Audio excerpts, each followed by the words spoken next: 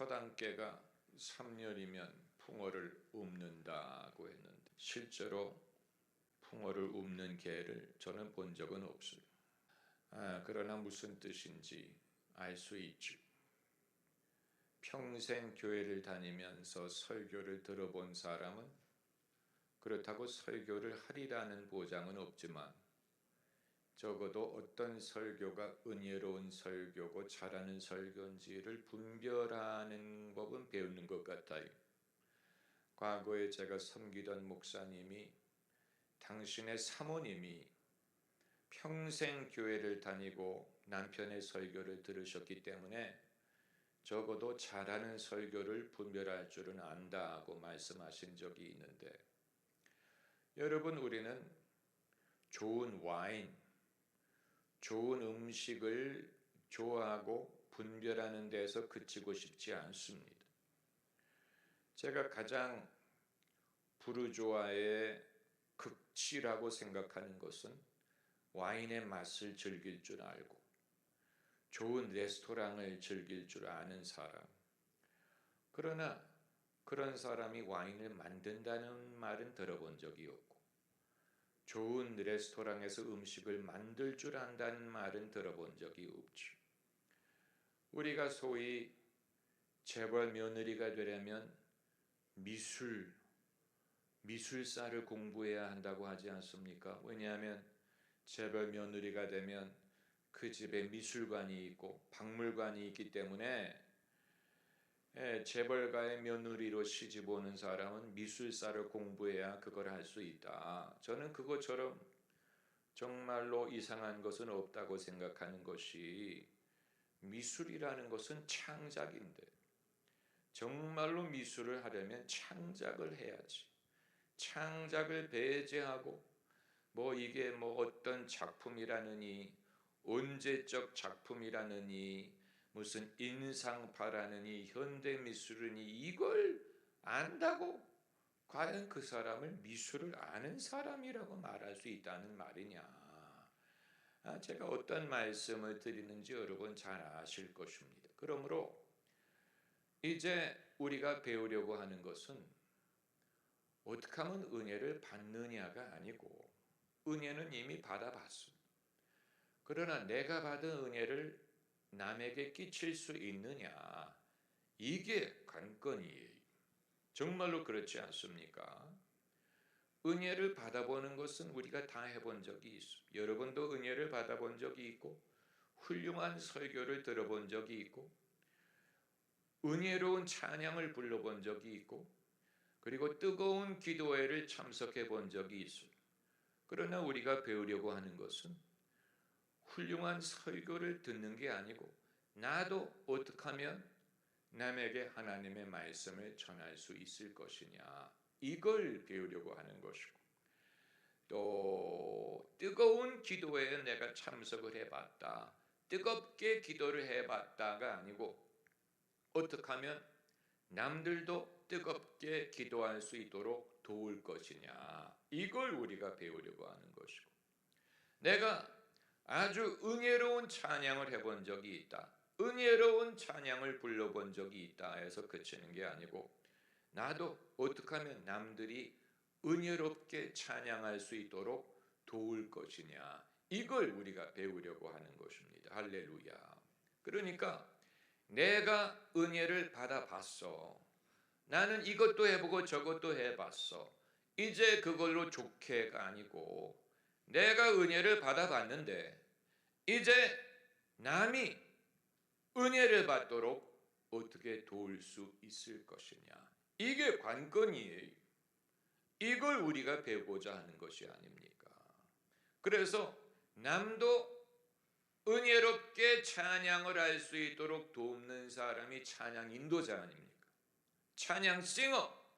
찬양 싱어의 사명은 자기만이 은혜롭게 찬양을 부르는 게 아니고 남들도 찬양을 은혜롭게 하도록 돕는 제사장적인 사명을 갖고 있는 것입니다. 그리고 말씀을 증거하는 것도 나는 훌륭한 설교를 분별할 줄 알아, 나는 기름 부음으로 설교하는 것을 분별할 줄 알아, 나는 훌륭한 설교를 많이 들어봤어가 아니고 나도 부족하지만 하나님의 말씀을 남들에게 전할 수 있다. 하나님이 나를 통해서 말씀하신다. 이걸 우리가 경험하고자 하는 것이고, 그리고 내가 은혜로운 기도 모임에 참석을 해봤어. 내가 뜨거운 예배에 참석해봤어. 여러분, 그걸 자랑스럽게 말하는 기독교인들이 의외로 많다는 사실을 아세요? 그러니까 당신 몇 년도에 어디서 했던 집회 참석해 본 적이 있냐? 그때 정말 뜨거웠다. 그때 정말 하늘문이 열리는 것 같았다. 내가 어떤 해프닝, 이벤트에 내가 있어 봤다는 그 자체를 영광으로 여기고 그 자체를 늘 말하는 사람들이 많이 있어요. 그런 기억을 갖고 있는 건 좋은 것입니다만 언제까지 그거 자랑할 거예요? 언제까지 과거에 살려고 합니까? 너 무슨 암흑의 부흥사가 어디서 집회할 때 그 자리에 있어 봤냐? 그때 하나님이 뜨겁게 역사하는 거 기억하냐? 그걸 경험한 건 귀중한 것인데 언제까지 과거의 추억에 매여서 살 것입니까? 그것보다는 그때 하나님이 역사하신 것처럼 지금도 역사하실 수 있다. 그리고 그렇게 역사하실 것이다 라고 그런 경험을 해본 적이 없는 사람이 은혜를 경험하도록 도울 수 있다면 그 사람이 진짜 주의 종이죠. 그 사람이 진짜 하나님이 사용하시는 사람이에요.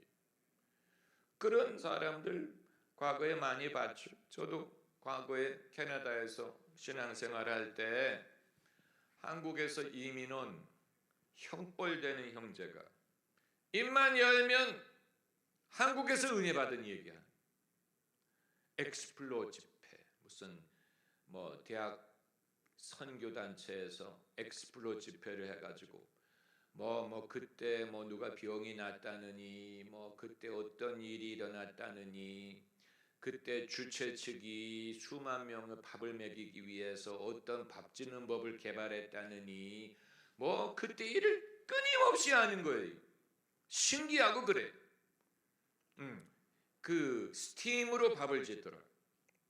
왜냐하면 물을 끓여서 밥을 짓는 건 너무 시간이 오래 걸리고 그 많은 사람을 먹일 수 없기 때문에 스팀으로 밥을 지을 수가 있었다는, 그러니까 약간 옛날에 햇반 방식을 누가 개발한 그런 과거의. 그래서 제가 마음속으로 은혜를 많이 받아봐서 참 좋겠는데 그럼 당신은 왜 캐나다에 이민 왔냐? 거기 있지. 여기서 입만 열면 한국에서 은혜 받은 얘기하는데. 그러니까 은혜를 받아보지 못한 것보다는 낫지만 어떻게 당신은 하나님이 당신에게는 늘 과거형이냐? 과거에 일하시는 과거의 역사, 내가 과거에 받은 은혜, 그 하나님이 지금 우리 가운데 역사하실 줄을 믿는다. 그걸 우리가 배우려고 하는 것입니다. 할렐루야. 그게 가능해. 그게 가능해. 여기에 있어서 이제 이건 누가 저에게 가르친 게 아니고 제가 스스로 터득할 수밖에 없었던 거예요. 그리고 이건 스스로 터득할 수밖에 없으나 누군가가 적어도 씨름하는 법에 대해서 말을 해줬다면 이것이 씨름을 수반한다는 사실을 제가 낙심하지 않았을 텐데 내 자신이 은혜를 받고 은혜를 전달하는 데에는 씨름이 수반이 됩니다. 네. 그러나 그건 모든 사람이 마찬가지예요. 모든 사람이 마찬가지. 선지자라고 예외가 있는 게 아니고 바울, 베드로, 누구라고 예외가 있는 게 아니고 모든 사람에게는 자기가 하나님께 은혜를 받는 것뿐만이 아니고 그것을 누구에게 전달하는 그 훈련이 필요한 것입니다. 여기 이제 세 가지 단계를 생각할 수가 있는데 첫째는 하나님에게 받는 법을 아는 것입니다. 이건 기본적이죠. 필수적인 거예요. 내게 없는 것을 줄 수 없어. 그리고 이건 어떤 원칙을 제가 알려드리는 것보다는 여러분이 책에서 보고 배우시는 부분이 더 많을 것입니다. 제가 은연중에 여러분에게 본을 보여드리는 것입니다. 제 자신이 예배 중에 예배를 인도할 때 기도의 시간에 제 자신이 은혜를 받으려고 애를 쓰는 모습을 여러분이 볼 수 있다면 저분이 그냥 평소 실력으로 하는 게 아니고 하나님의 은혜를 받고 그것을 전하려고 하는구나. 본인이 하나님에게 은혜를 받으려고 애를 쓰는구나. 모든 기다림, 모든 기도, 믿음을 고백함, 이 모든 것이 성령을 의지함, 이 모든 것이 하나님에게 은혜를 받으려는 노력이구나. 이건 여러분이 보고 배우시기를 바랍니다. 만약에 보기는 보는데 목사님이 왜 저럴까? 목사님이 오버하나? 불필요한 일을 하나? 이미 예배를 드렸는데 예배를 또 드리나? 이미 찬양과 기도를 했는데 또 할 필요가 왜 있을까? 이런 식으로 생각하면 이 모든 은혜가 하나님으로부터 온다는 생각을 하지 않는 것입니다. 하나님께서 오는 것이기 때문에 하나님과 끊임없이 연결할 필요가 있는 것. 하나님과 연결해서 기도하고 하나님을 바라보고, 제가 즐겨 인용하는 성경 구절이 내가 눈을 들어 산을 보니 나의 도움이 어디서 올꼬. 그 말은 은혜가 어디서 오느냐, 은사가 어디서 오느냐, 도움이 어디서 오느냐. 하나님이 돕지 않으면 내가 할 수 있는 게 없다. 하나님이 집을 짓지 않으면 집지는 자의 수고가 어때다. 하나님이 성을 지키지 않으면 파수꾼의 경성함이 호사로다. 파수꾼이 지키는 게 호사라는 말이에요. 실제로 국가 원수들이 경호원을 수백 명을 데리고 다녀도 그렇다고 국가 원수가 안전하다는 보장이 없어. 늘 한 명이 쳐들어오기 때문에 한 명이 숨어 들어와요. 과거에 레이건 대통령이 총을 맞은 것도 그런 거고, 국가 원수를 수백 명이 지키는 것 같아도 하나님이 지키지 않으면 파수꾼의 뭐라 그랬어요? 경성함이 허사로다. 이 쓰지도 않는 말을 성경에 있다고 해가지고 경성함, 도대체 그게 무슨 뜻이야? 아무튼 그렇기 때문에 이제 하나님이 은혜 주실 줄을 의지하는, 그게 이제 먼저 여러분이 누구에게 무엇을 주려고 할 때, 무엇을 주려고 하실 때 윗셈과 아랫셈이 열려야 되는데, 이 누굽니까? 여호수아입니까? 갈렙입니까? 그 딸이 와서 기업을 달라고 할 때 윗셈과 아랫셈을 주었다라는 성경 구절이 있어요. 윗셈과 아랫셈. 에어컨 이름으로 아주 적당한 이름이에요. 윗셈, 아랫셈. 그런데 우리에게 윗셈이 열려 있어야 되고 아랫셈이 열려 있어야 돼요. 윗셈이라면 위로부터 주시는 은혜를 받는 것. 예언을 받든 무슨 병자를 위해 기도하든 어떤 걸 하든 하나님이 윗셈을 열어 주셔야 되는데 윗셈이 열려 있어야 됩니다. 윗셈이 열려 있기 위해서는 내가 하나님께 지은 죄를 회개하고 하나님과 소통하고 하나님과 내 사이에 담이 없고 하나님과 나의 관계에 최우선 순위를 둬야 됩니다. 윗셈이 열려 있기 위해서는 이 부분에 있어서는 평소 실력대로 할 수 없어요. 이 부흥사 목사님들이 수많은 교회를 다니면서 설교를 하시는데 목사님들이 평소에 레파토리가 있어서 어느 교회를 가든 똑같은 레파토리를 전하는 경우가 많아요. 달고 달았어. 예화든 농담이든 성경 구절이든 늘 하던 말을 아예 달달 외고 다녀가지고 어느 교회를 가든 늘 똑같은 레파토리를, 그건 윗셈이 열려 있지 않아도 가능한 거예요. 그러나 윗셈을 열어서 하나님이 그때그때 주시는 은혜를 받기 원하는 사람은 주님과의 올바른 관계가 필수적이에요. 이건 당연한 것입니다. 이 부분에 있어서 우리가 하나님과 좋은 관계를 유지하는 것이 필수적이에요. 그렇기 때문에 누구를 섬길 일이 생겼을 때, 내가 누구를 위해서 기도를 한다든가, 내가 어디 가서 무슨 말씀을 전한다든가, 누구를 신방을 간다든가 할 때 그 사람에 대해서 내가 신경을 쓰기 전에 내가 먼저 하나님과 올바른 관계에 있는지부터 늘 확인해야 됩니다. 내가 하나님과 화목한가? 내가 죄 중에 있지 않은가? 내가 죄 중에 마음에 하나님을 멀리 몰아내지 않았나? 내가 하나님과 올바른 관계에 있나? 이게 필수적인 거예요. 그러므로 내가 누구를 섬기려고 하기 전에 그 사람에 대해서 내가 신경을 쓰기 이전에 먼저 신경 써야 될 것은 하나님과 내가 올바른 관계에 있는가. 그래서 늘 회개하면서 다니는. 누가 기도를 부탁할 때 내가 회개부터 하는 거예요. 하나님, 내가 마음속에 회개하지 않는 죄가 있지 않습니까? 내가 하나님과 멀어지지 않았습니까? 이건 필수적인 거예요.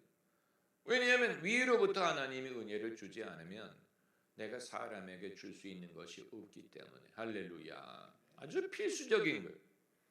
그리고 이제 아랫샘이 열려 있어야죠. 위에서부터 흘러온 은혜의 샘물을 흘려보낼 수 있는 것. 이게 이 부분에 있어서 훈련이 안 돼 있는 사람들이 많은 것 같아요. 아예 필요를 느끼지 못하는 것 같아요. 위로부터 윗샘에서 은혜의 샘이 흘러왔으면 됐다라고 생각하는 거예요. 그럼 됐지. 그 이상 뭐가 필요해? 이게 이제 자기 스스로를 고객으로만 여기는 사람. 고객, 승객, 손님, 양, 클라이언트 이런 식으로 여기면 위로부터 하나님이 은혜를 주셔서 내가 받으면 그걸로 족한 거죠.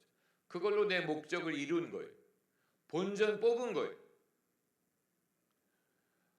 아랫샘을 열어야 될 필요를 느끼지 못하는.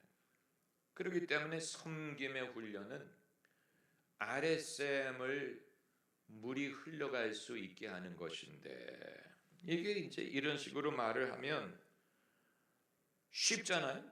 이해가 되지. 그러나 실제로 이걸 어떻게 하느냐, 이건 별개의 문제. 어떻게 하면 아랫샘을 열려가지고 물이 흘러가게 할 수 있냐? 어떻게 하면 그게 이루어질 수 있느냐? 여러분은 어떻게 그게 되는 것 같으세요? 그건 인격적인 소통에서 비롯됩니다. 인격적인 소통. 아주 중요한 것입니다. 하나님에게 은혜를 받는 것도 결국은 소통이, 하나님과 소통하는 것. 신통, 인통, 물통, 만사형통, 부흥사들이 그런 말을 썼죠. 하나님과 먼저 통하고 사람과 통하고 물질이 통하면 만사형통이다, 이런 식으로 말을 하는데, 그런데 이제 소통이라는 것은 사람과의 소통을 통해 아랫샘에 은혜의 샘을 흘려보낼 수 있어요. 소통이. 목사가 주일날 강단에 서 있을 때 성도들과 소통하려고 합니다. 그게 아니고 성도들이 어떤 입장에 있든지 그냥 내 하는 일만 한다, 그러면 흘러갈 게 별로 없죠. 어떤 모양으로든지 소통을 하려고 하죠. 그래서 제가 성도들 앞에 설 때 뭔가 질문을 한다든가, 안부를 묻는다든가, 격려를 한다든가, 분위기를 바꾸려고 한다든가, 성도들이 은혜를 받도록 그들의 마음을 준비시키려고 한다든가, 뭔가 대화를 하려고 한다든가, 공통의 관심사를 언급한다든가, 이런 것은 전부 다 소통하려는 노력입니다. 사람이 예수님이 어떤 일을 하시기 전에 소통부터 하셨잖아요. 물어봤죠. 내가 이 일 할 줄을 믿느냐? 내가 낫기를 원하느냐? 너희가 가다가 무슨 말을 하고 있느냐?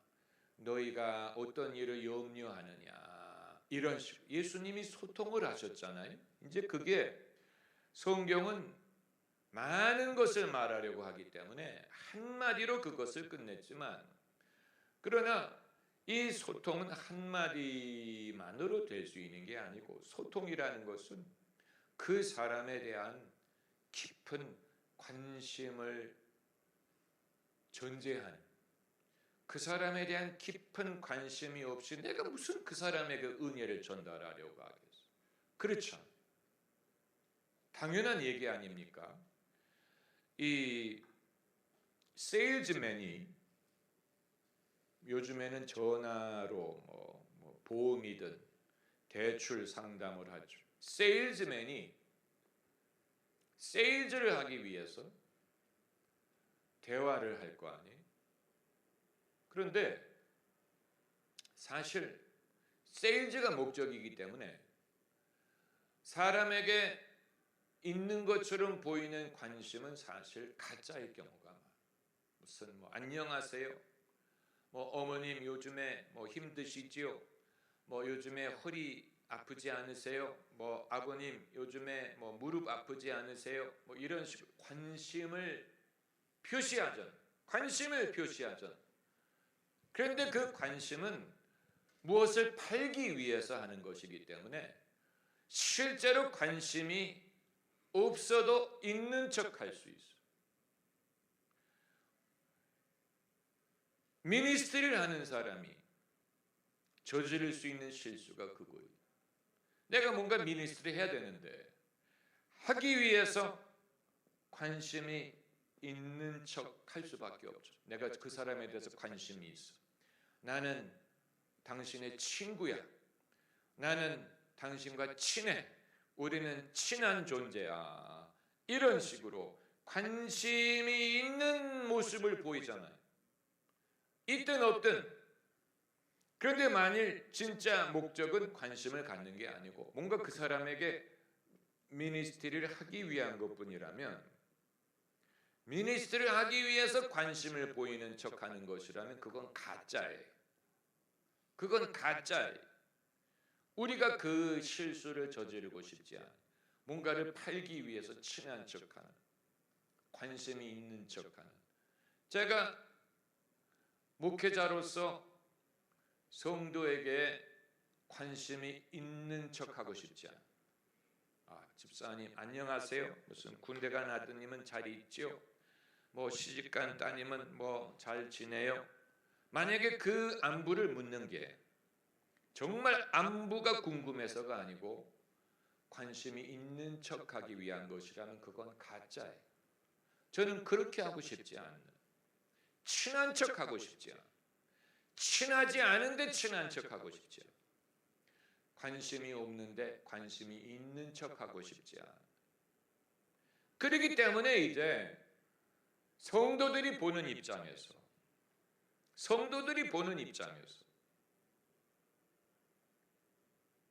오해를 할 수 있는, 어떤 오해냐?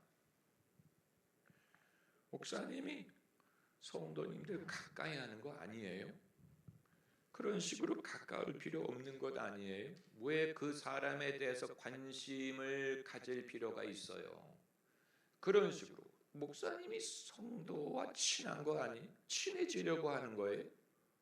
이런 식으로 어쩌자는 거예요? 관심을 가지라는 거예요? 관심을 갖지 말라는 거예요? 관심을 가질지라도 친하지 말라는 얘기예요? 친한 척 하라는 얘기예요? 친한 척만 하고 사실은 가까이 하지 말라는 얘기를 하는 것입니까? 종잡을 수가 없는 거죠. 도대체 우리가 아랫셈을 열어가지고 뭔가 하나님이 주신 것을 흘려보내기를 원하는데, 그러기 위해서는 사람과 소통을 해야 되는데, 그 사람에 대해서 관심을 가져야 되는데 너무 관심 가지면 안 돼. 그 사람과 친하려고 하지 마세요. 인간적으로 친하지 마세요. 친할 필요 없어요. 그냥 주면 돼. 이런 식으로 생각을 한다면 그럼 관심이 있는 신용하는 게 가짜가 된다는 말이에요. 관심이 있는 척 그것으로 된다는 말을 하는 것입니까? 그렇지 않는 것이죠. 사실은 그건 사람을 속이는 거예요. 그건 마치 세일즈하는 사람이 물건을 팔기 위해서 관심이 있는 척하지만 사실은 물건을 팔면 더 이상 얼굴을 씻고 표정을 씻고 모르는 척하는 것과 같이 되는 그런 게 될 수가 있어요. 제가 무슨 말을 하려고 하는지 여러분 이해를 하시기를 바랍니다. 왜냐하면 그 부분에 있어서 우리 자신도 확답을 갖고 있지 못한 거예요. 도대체 내가 하나님의 은혜를 전달하기 위해 사람들과 얼마만큼 소통이 필요하냐, 얼마만큼 서로 문이 열려야 되느냐, 얼마만큼 열리면 그것이 너무 열린 거냐, 너무 가까워지는, 인간적으로 가까워지는 거냐, 도대체 어떻게 하는 게 그게 올바른 것이냐, 여기에 대해서 우리가 헷갈릴 때가 있는, 그리고 세상이 우리에게 주는 지혜는 있는 척만 해도 된다는 거예요. 그냥 가까운 척하고 관심이 있는 척하고 그걸로 돼. 그걸로 충분해. 그 이상을 넘으면 안 돼.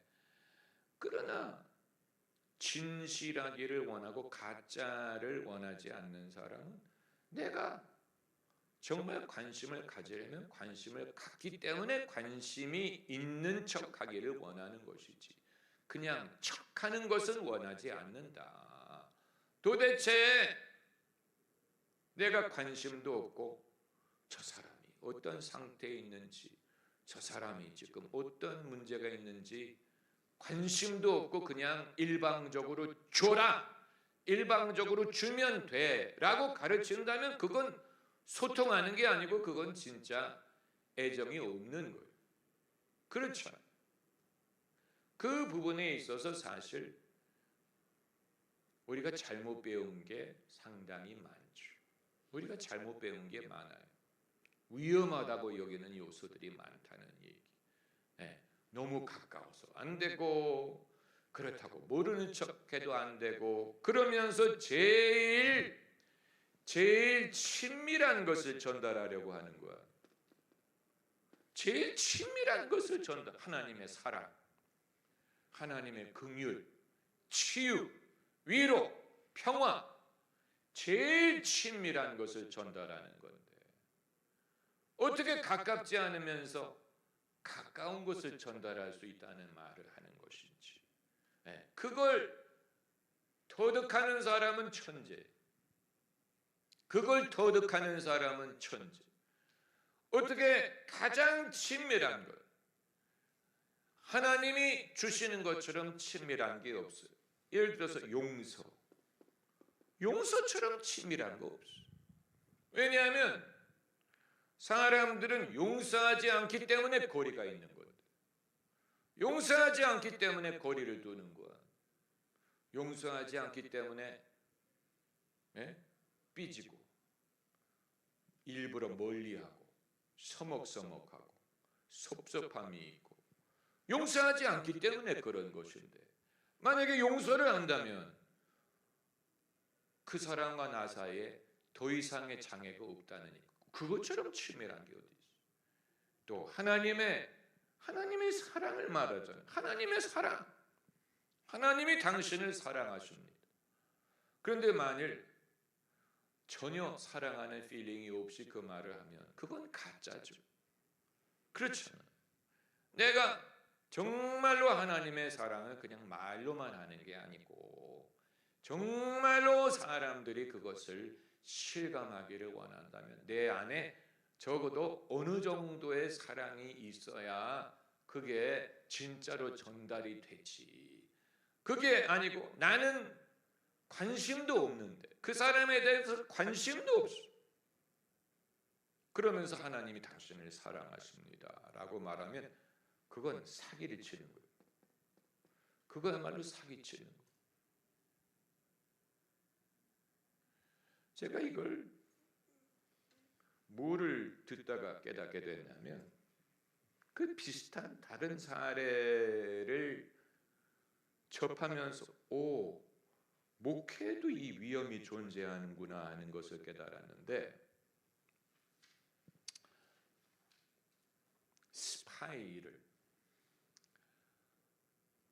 스카우트하는 사람이, 그 정보 요원은 본인이 남의 나라의 정보를 캐내는 게 아니고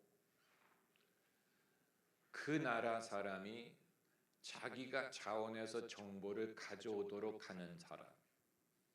그 정보부에서 일하는 요원은 자기가 가서 정보를 캐내는 게 아니고 그 나라의 뭐 예를 들면 뭐 이란이든 무슨 뭐 중국이든 뭐 북한이든 거기에 있는 사람이 자기가 갖고 있는 정보를 가져오도록 하는 사람이 정보 요원이 하는 일이에요. 근데 내가 직접 가서 그거를 찾는 게 아니고 내게 정보를 갖다 주면 이런 대우를 해준다. 뭐 대한민국으로 뭐 옮길 수 있도록 도와준다. 뭐 애가 뭐 서양에서 공부를 하도록 도와줄 테니 이런 식으로 이제. 그래서 그 정보 그 뭐라 그럽니까? 이제 그 사람을 이제 그 핸들러라고 부르고, 핸들러라는 것은 정보 요원을 관리하는 사람, 주로 이제 정보부 직원이에요. 국가정보원 직원이 핸들러 역할을 하고 정보를 직접 가지고 오는 사람을 에이전트라고 불러요. 목사님 어디서 이런 걸 배웁니까? 이건 그냥 뭐 스파이 이런 데 관심이 있으면 제일 기본적으로 배우는 게 핸들러와 에이전트, 이 두 사람은 굉장히 친한 관계. 왜냐하면 에이전트의 목숨을 지켜주는 게 핸들러이기 때문에, 이거 만약에 들키면 이 사람은 큰일 나기 때문에 내가 당신을 책임진다. 내가 당신의 안전을 책임진다. 염려하지 마라. 그리고 얼마든지 우리가 대우할 거다. 이걸 보장해 주는 거예요. 그런데 이제 어떤 일이 발생하냐면 겉으로는 그렇게 말하는데 실제로는 에이전트에서도 관심도 없는 사람이 있다. 오로지 관심이 있는 건 정보 가지고 오는 거. 그것만 관심이 있어. 정보를 가지고 오면 이 사람이 살든 죽든 관심이 없고 버리는 경우가 있다. 적진에 그냥 버려두는 거예요. 들키고 다 들켜가지고 잡혀가고 그래도 모른 척하고 입을 씻는 사람이 있다는 거예요. 그러나 정보를 갖다 줄 때는 간이라도 빼줄 것처럼 귀중하다. 당신 같은 정보원이 없다. 이런 식으로 한다는 거예요. 그 얘기를 듣고 제가 뭘 생각했는지 아세요? 목사와 성도의 관계도 비슷하겠다라고 생각해요. 목사들이 이렇게 하는 수가 있다. 성도가 자기 교회를 나와주기만 하면, 자기 설교를 들어주기만 하면 간이라도 빼줄 것처럼, 집사님, 권사님, 난 권사님 믿고 목회합니다. 권사님 아니면, 이런 식으로 간이라도 빼줄 것처럼 하는데 실제로 그러냐? 아니, 관심도 없어. 왜냐하면 이상하잖아요. 교회 나오기 전에는 관심도 없었는데 교회를 나온 다음에 갑자기 돌변해가지고 반갑습니다 성도님, 환영합니다. 어떻게 사람이 그렇게 돌변할 수 있겠어? 그러니까 관심이 있는 척하는 게 진짜가 아닐 수도 있다는 거죠. 그러니까 그러면 진짜를 하려면 하나님이 우리에게 맡기시는 일처럼 친밀한 게 없는데, 하나님의 사랑이든 용서든 긍휼이든, 긍휼, 여러분 긍휼이라는 게, 여러분 성경을 찾아보세요. 이 실제로 찾아봐야 됩니다. 마가복음에 예수께서 소경을 접하시고 예수님이 어떤 반응을 가지셨는지를 찾아보세요. 마가복음 1장, 마가복음 1장 40절, 문둥병자군. 마가복음 1장 40절에 한 문둥병자가 예수께 와서 꿇어 엎드려 간구하여 가로되 원하시면 저를 깨끗게 하실 수 있나이다. 예수께서 어떻게 여기셨어? 민망히 여기사 긍휼을 느끼셨어. 우리가 이런 구절을 건너뛰면 예수님에게 감정적인 반응이 일어났어. 예수님이 어떤 감정을 느끼셨어. 이 기적을 행하기 전에 그 문둥병자에게 예수님이 어떤 감정적인 반응을 가지셨어. 민망함을 느끼셨어. 이게 중요하지 않다면 기록하지 않았을 거고. 그런데 우리는 이런 구절을 그냥 건너뛰. 예수님이 능력이 많아서 고쳐줬다. 예수님이기 때문에 했다. 이런 식으로 그냥 넘어가요. 그런데 예수님도 민망히 여기실 필요가 있었던 거예요. 이 인간에 대해서 어떤 감정을 느낀 거예요. 그게 있고 그리고 내 믿음대로 되리라 역사가 일어날 수 있었죠. 이런 경우가 여기만 있는 게 아니고 나인성 과부를 보셨을 때도 예수님이 민망히 여겼다라는 구절이 있어요. 민망히 여겼다는 말은 영어 성경에 he felt compassion이라고 해요. pity라는 말도 나오고 he felt pity, 불쌍히 여겼다. 예수님에게 감정이 있었어. 감정적인 반응이 있었어. 이건 그 사람을 접하기 전에는 없었던 감정. 원래부터 모든 사람에게 주님이 똑같은 감정을 갖고 있었던 게 아니고 특별히 나인성 과부가 아들이 죽어서 장사를 지내가면서 나인성 과부가 슬퍼하는 것을 보고 예수님이 감정적인 반응을 가지셨어요. 그리고 이적을 행하신 거예요. 예수님도 윗셈과 아랫셈이 열려 계시는 분인데 아랫셈이 열리기 위해서 예수님도 감정적인 것을 느낄 필요가 있었다. 그게 이거 연 거예요. 네. 우리도 예외가 아니지. 그러므로 내가 하나님에게 은혜를 받았는데 그 은혜를 어떻게 하면 남과 나눌 수 있느냐? 어떻게 하면 그게 가능하냐? 소통이 이루어진다고 해야 되는데 어떻게 소통을 이루느냐? 이건 뭔가 내게 그 영혼에 대하여 불쌍히 여기는 마음이 들면 그건 이미 소통이 이루어지고 있다는 뜻이에요. 뭔가 하나님이 역사하실 문이 열리고 있다는 뜻이에요. 이게 없이는 그냥 막막하잖아요. 막연하지.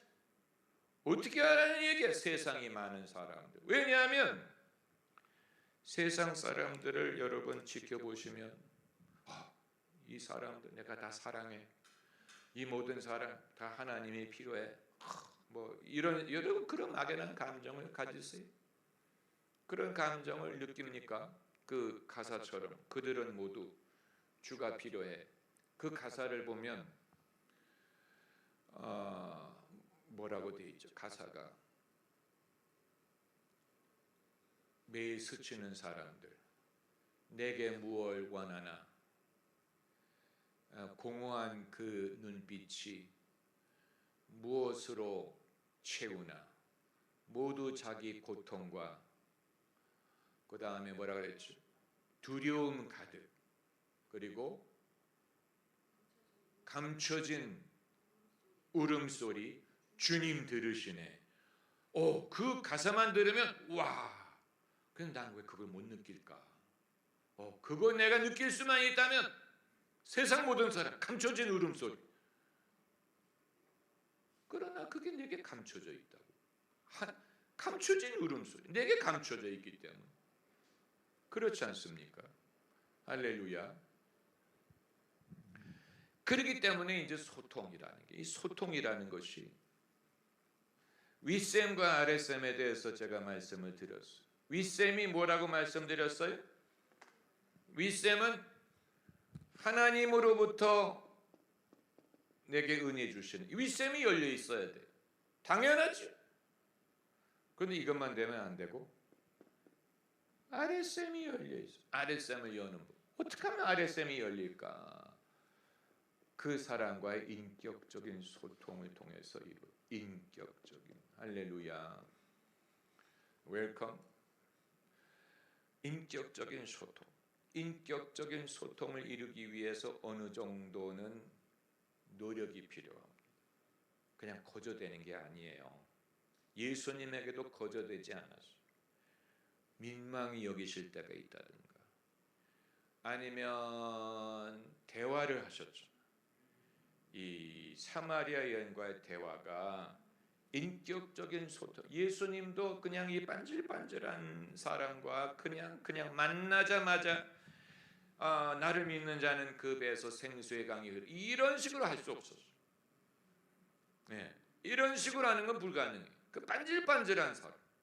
뭐 당신은 유대인이고 왜 나에게 뭐 물을 달라고 이런 식으로 반질반질한 사람에게 예수님이 나를 믿는 자는 뭐 배 이러면 그 여자가 받아들일 것 같아요. 분위기가 조성이 되지가 않죠. 예수님이 대화를 지속하시는 중에 뭔가 서로 소통이 이루어졌어요. 그래서 그 여자가 자기의 감췄던 부분을 말하잖아요. 그게 바로 남편이 5 있었고 지금 있는 남자는 남편이 아니고 그 어떤 그 숨기려고 했던 면이 드러나면서 그 사람도 마음이 열리고 예수님도 마음이 열리고 이 영적인 소통을 할 수 있는 문이 마련이 된 거예요. 그래서 그 시점에서 이제 예수께서 내가 바로 그니 하나님은 영이시니 신령과 진정으로 이러면서 이제 구원에 대해서 말씀을 하실 수 있었던 것입니다. 할렐루야. 예. 그런데 이제 그래서 첫째가 윗셈, 둘째가 아랫셈 그렇게만 생각하면 쉬운데 근데 이렇게만 되는 게 아니고 첫 번째는 내가 윗셈이 열려 있어야 된다. 둘째는 아랫셈이 열려야 된다. 셋째는 제가 적어놨어요. 말로 옮기는 게 쉽지 않기 때문에 예. 받도록 도와야 돼. 그 사람이 받도록 도와줄 필요가 있어. 이건 의사소통하는 것과 비슷한데 우리가 어떤 말을 할 때 외국어를 한다든가 애와 대화할 때 상대방이 이해하는지 이렇게 돕잖아요. 그래서 엄마 갔다 올게. 너 집에서 공부하고 있어. 너 배고프면 냉장고에 간식이 있으니까 먹어. 알았지? 다짐을 하죠. 상대방이 얼마나 이해하는지 돕는 거. 엄마가 몇 시에 온다 그랬지? 1시간 후에 온다 그랬지? 그때까지 잘 공부하고 있어. 이건 이제 그 사람이 이해하도록 돕는 거예요. 마찬가지로 내가 은혜를 전달하고 싶은 마음은 굴뚝 같으나 그 사람들이 다 은혜를 받도록 준비가 되어 있는 게 아니에요. 그러면 어떻게 해야 되느냐? 은혜를 받도록 도와야 돼. 나는 준비가 됐는데, 나는 전달할 준비가 됐는데, 너희가 준비가 안 됐으면 할 수 없어. 이렇게 하게 되면 아무리 좋은 걸 줘도 사람들이 그냥 그거 지나칠 것입니다. 그렇기 때문에 최대한 사람들이 받을 수 있도록. 이게 이제 왜 제가 여러분과 같이 기도하면서 기도와 찬양을 그렇게 오래 합니까? 왜 빨리 본론으로 들어가지 않습니까? 누구를 위해 그렇게 하는 것입니까? 목사님이 은혜 받기 위해 그렇게 하는 것입니까? 우리가 준비되게 하기 위해 그렇게 하는 것입니까? 둘 다예요. 이 때를 벗기기 위해 충분히 몸을 불리는 것처럼 몸을 불리고 때를 벗길 때 제가 잘 벗겨지는 그런 원리. 사람들이 마음이 준비가 되고 뜨거워지고 감동이 충분히 임하고 하나님의 임재에 충분히 들어가서, 그래서 내가 무엇을 말하더라도 사람이 그것을 받아들일 수 있도록 하는, 그게 이제 상당한 기술이 필요해요. 기술이라고 하면 좀 어폐가 있지만, 그러나 경험이 필요한, 내가 아무리 무슨 천사의 말을 하려고 한다고 하더라도 상대방이 그것을 못 알아들으면 아무 소용이 없어. 그러므로 소통이라는 것은, 소통이 그것 아닙니까? 알아듣도록 돕는 거예요. 소통. 정치인들이 소통을 말하면서 제일 소통을 안 하는 사람들이 정치인이에요. 요즘에 정치인들이 쓰는 단어를 보면 전부 다 못 알아듣는 말이에요. 무슨 탄핵 소추라고 했던가, 탄핵 탄핵 소추, 무슨 말이야 그게? 소추라는 말이 무슨 말이야? 근데 본인들은 아주 당연하게 쓰잖아요. 무슨 기각이라든가, 무슨 전부 다 쓰는 말들 전부 다 모르는 말천지. 그러면서 국민들과 어떻게 소통을 하려고 하는지 알 수가 없어. 왜 그 말을 하는지, 왜 그걸 주장하는지 설득하려는 것을 포기한 것 같아. 그러나 우리는 한마디 말을 하더라도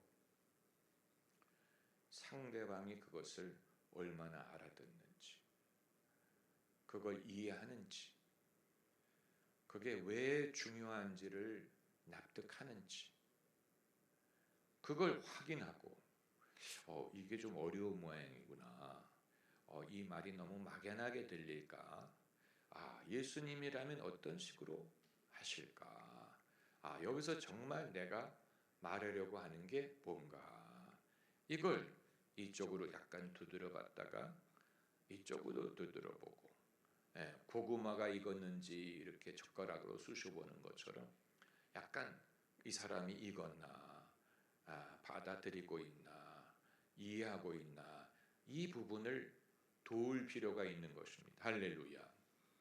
그 부분이 참으로 중요합니다. 그래서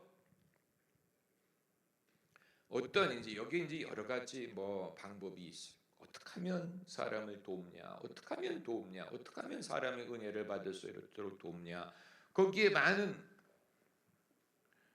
방법이 있어요. 제가 종종 사용하는 방법을 열거를 하면, 자기의 믿음을 고백하게 하는 것, 그것도 하나의 방법이에요. 자기의 믿음을 입으로 고백하게 하는, 이렇게 될 줄 믿습니까? 하나님이 사랑하시는 것을 믿습니까? 예수님이 죄 사함을 주실 줄을 믿습니까? 이건 자기가 자기의 믿음을 입으로 고백하도록 돕는 그 하나님이 오늘 우리와 함께 하시는 것을 믿으십니까? 하나님이 감당치 못할 시험 당함을 허락하지 않을 줄을 당신은 믿습니까? 이런 식으로 그 사람이 자기의 믿음을 고백하도록 돕는. 그래서 자기의 믿음을 고백하면서 자기가 갖고 있는 의문을 스스로 해결하게 하는 거예요. 그리고 또 하나의 방법은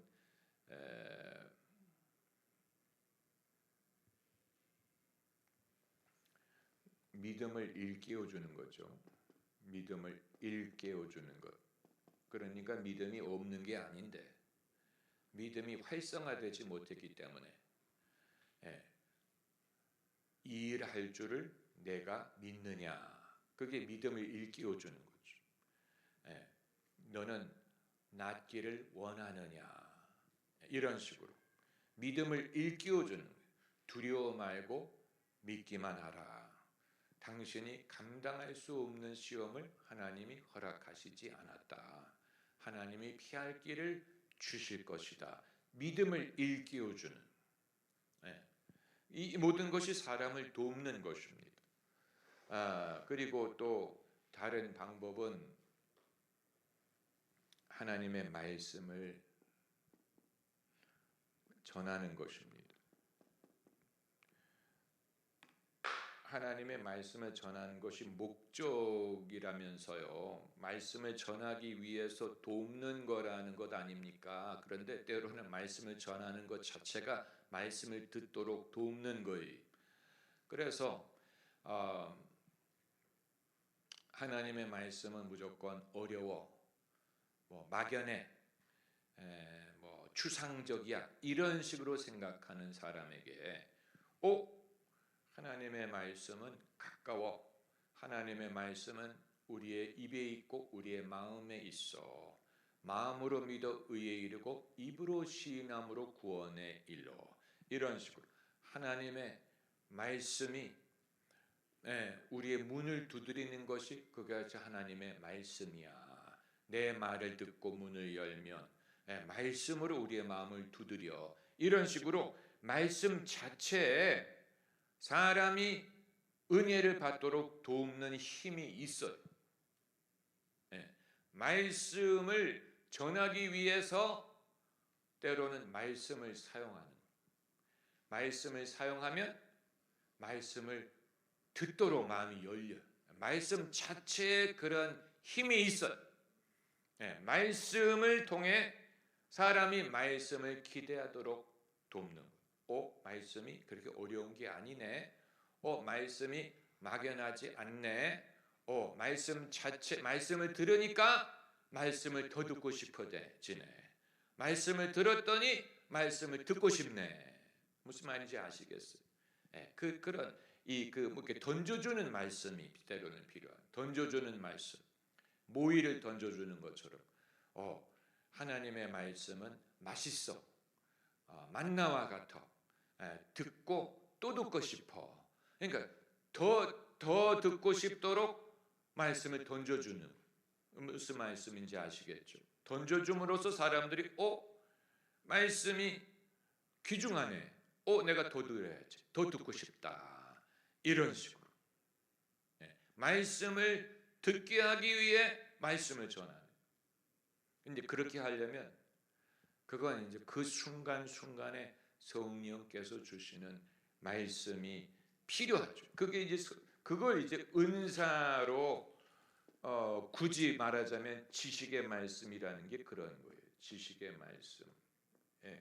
지식의 말씀, 지혜의 말씀이라는 게 무슨 막연한 그런 게 아니고 그때그때 하나님이 던져주시는 말씀, 성경 말씀에 기초하여 그때그때 던져주시는 말씀이 지혜의 말씀, 지식의 말씀이. 그래가지고 사람들이 지식의 말씀을 던져주면 그 자체로 말씀에 붙들릴 수 있는 그런 마음이 준비가 됩니다. 말씀이 진짜네. 말씀이 내 인생과 관련이 있네. 말씀이 나는 막연한 줄 알았는데 안 그러네. 그런 말씀에 호기심을 갖게요. 말씀은 내가 더 들어야 되겠네. 말씀에 호기심을 갖도록. 여러분 그게 요거 좀 죄송하지만 주소 주실래요? 할렐루야. 감사합니다. 괜찮아요.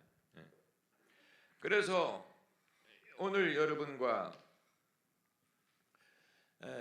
얼마만큼 무엇을 배우셨는지 제가 좀 확인을 했으면 좋겠고, 윗셈이 열려 있어야 된다. 당연한 거죠. 윗셈. 예수님도 새벽같이 일어나셔서 기도하신 것은 윗셈이 열려 있었기 때문에 여러분에게 윗셈과 하나님과 이 윗셈이 열리는 이 버릇이 있어야 돼요. 여러분의 인생에 윗셈이 열리는 그런 그 데일리 이벤트가 있어요. 기도 시간이든 큐티든 그렇게 해가지고 항상 윗셈이 열려 있는. 그리고 이제 아랫셈이 열리는, 나만 은혜를 받는 것으로 끝나는 게 아니고 내가 어떻게 하면 그걸 사람들과 나눌 것이냐, 나누면 나눌수록 더 윗셈도 활발하게 은혜를 받죠. 왜냐하면 보람이 되니까. 내가 은혜를 받아서 나만 그걸 소비하는 게 아니고 그걸 나눌 수가 있구나. 내가 좋은 것을 사람들과 나눌 수 있구나. 소통을 할 수 있구나. 이 부분에 있어서 우리에게 훈련이 필요한 것이고 아랫셈이 열리기 위해 우리가 소통을 하는 것입니다. 소통. 그리고 이 소통은 척하는 게 아니 관심이 있는 척. 내가 좋아하는 척, 친구인 척. 그건 사기죠. 척한다면 사기. 그런 사람이 세상에 없기를 바라지만 있을 것 같아요. 친구인 척, 가까운 척하고 관심이 있는 척하고 없는데 실제로는 없는데 있는 척. 그것처럼 거짓이 없어. 저는 그런 사기를 치고 싶지 않아요. 관심이 실제로는 없는데 있는 것처럼. 그것처럼 거짓된 게 없죠. 왜 관심이 있는 척만 하고 관심이 없을까? 그건 그 사람의 내면적인 냉정함에서 비롯되는 거예요. 나는 사람 필요 없어. 난 사람 없이도 살아. 내가 유일하게 사람을 가까이 하는 것은 섬기기 위한 거예요. 섬기는 일이 아니면 나는 사람과 그건 그 사람의 냉정함. 우리는 그런 사람이 되고 싶지 않죠. 내가 섬기기 위해서만 사람들과 가까이 해. 섬김이 끝나면 나 사람들 필요 없어. 그건 냉정한 거. 예수님은 그러지 않으셨고요. 그렇잖아요. 우리가 성경에서 발견하는 예수님의 모습은 나는 너희 없어도 돼 이런 모습이 아니었다. 예수님이 사람을 필요로 하셨다는 증거가 어디 있어? 그런 흔적이 많이 있죠. 나와 함께 깨어있자. 이런 식으로. 너도 나이를 떠날 거냐. 예수님이 사람을 필요로 했다는 증거. 친구를 필요로 했죠. 그게 정상이. 그게 옳은 거예요. 그게 옳은 거예요. 무슨 말인지 아시겠어요? 그거 우리가 폄하하면 안 돼. 인간적인 필요에 의해서 그런 거 아니에요? 그건 그 사람의 어떤 개인적인 필요에 의해서 그런 식으로 그것을 폄하하면 안 돼.